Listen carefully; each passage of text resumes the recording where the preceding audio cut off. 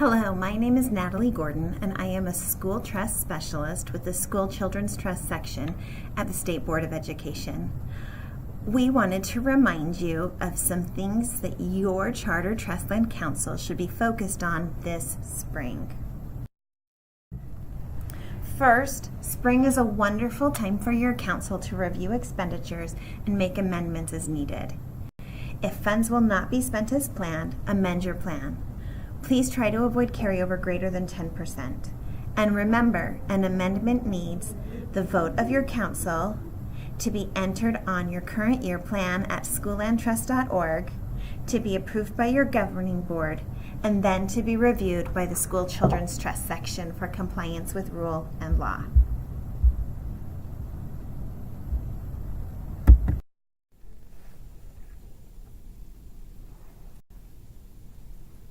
This is the progress report. It's the first of the spring reports that are due.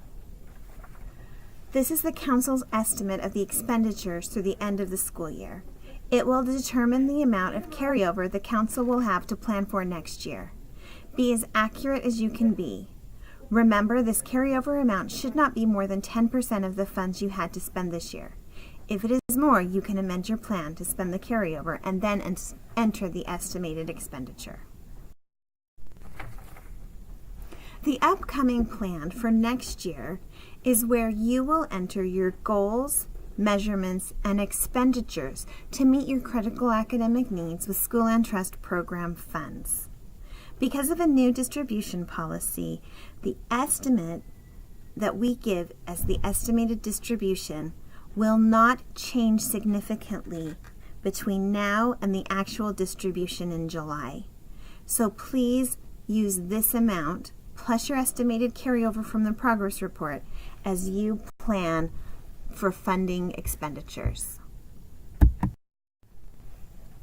We've provided a training at schoollandtrust.org that will help you maximize opportunities for student success in your school.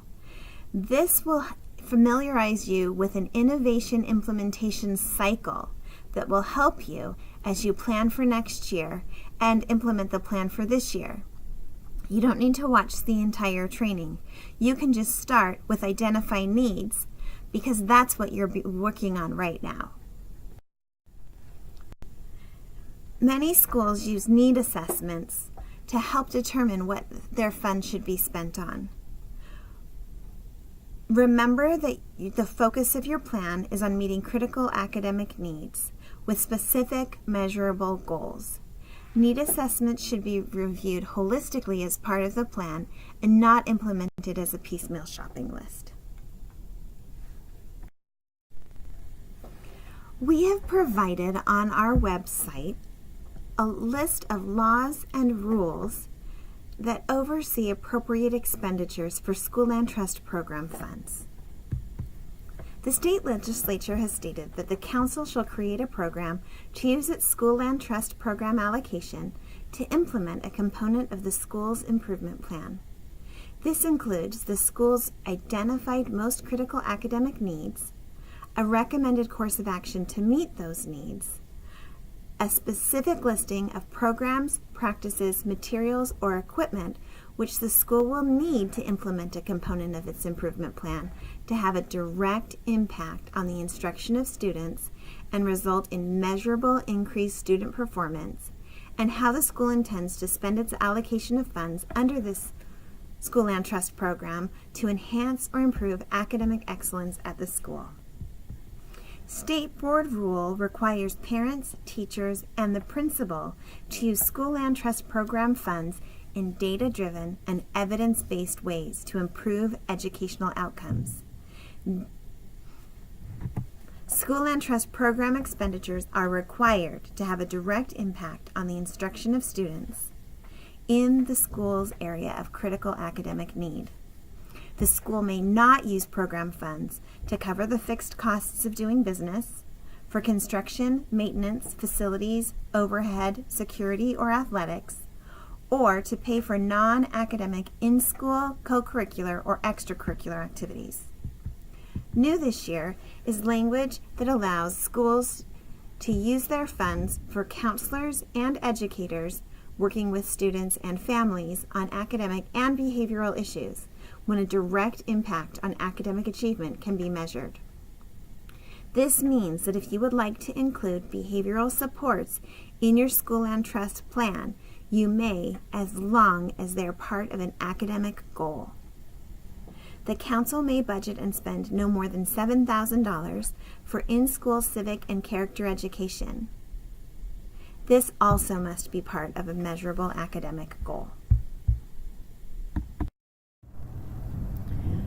The due date for charter schools to have their spring reporting complete is April 1st.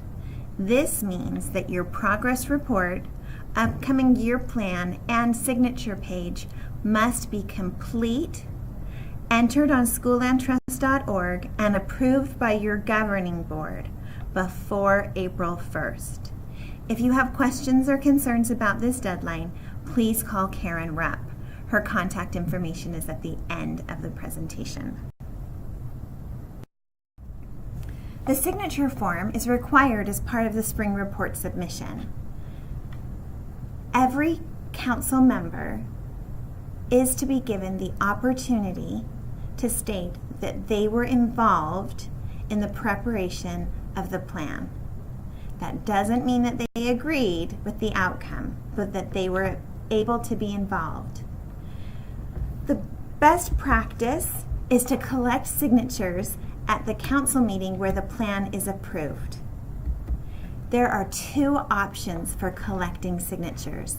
The first is to collect them electronically by clicking on Send Emails, and then the council members will respond via email, and their response will be displayed on the website.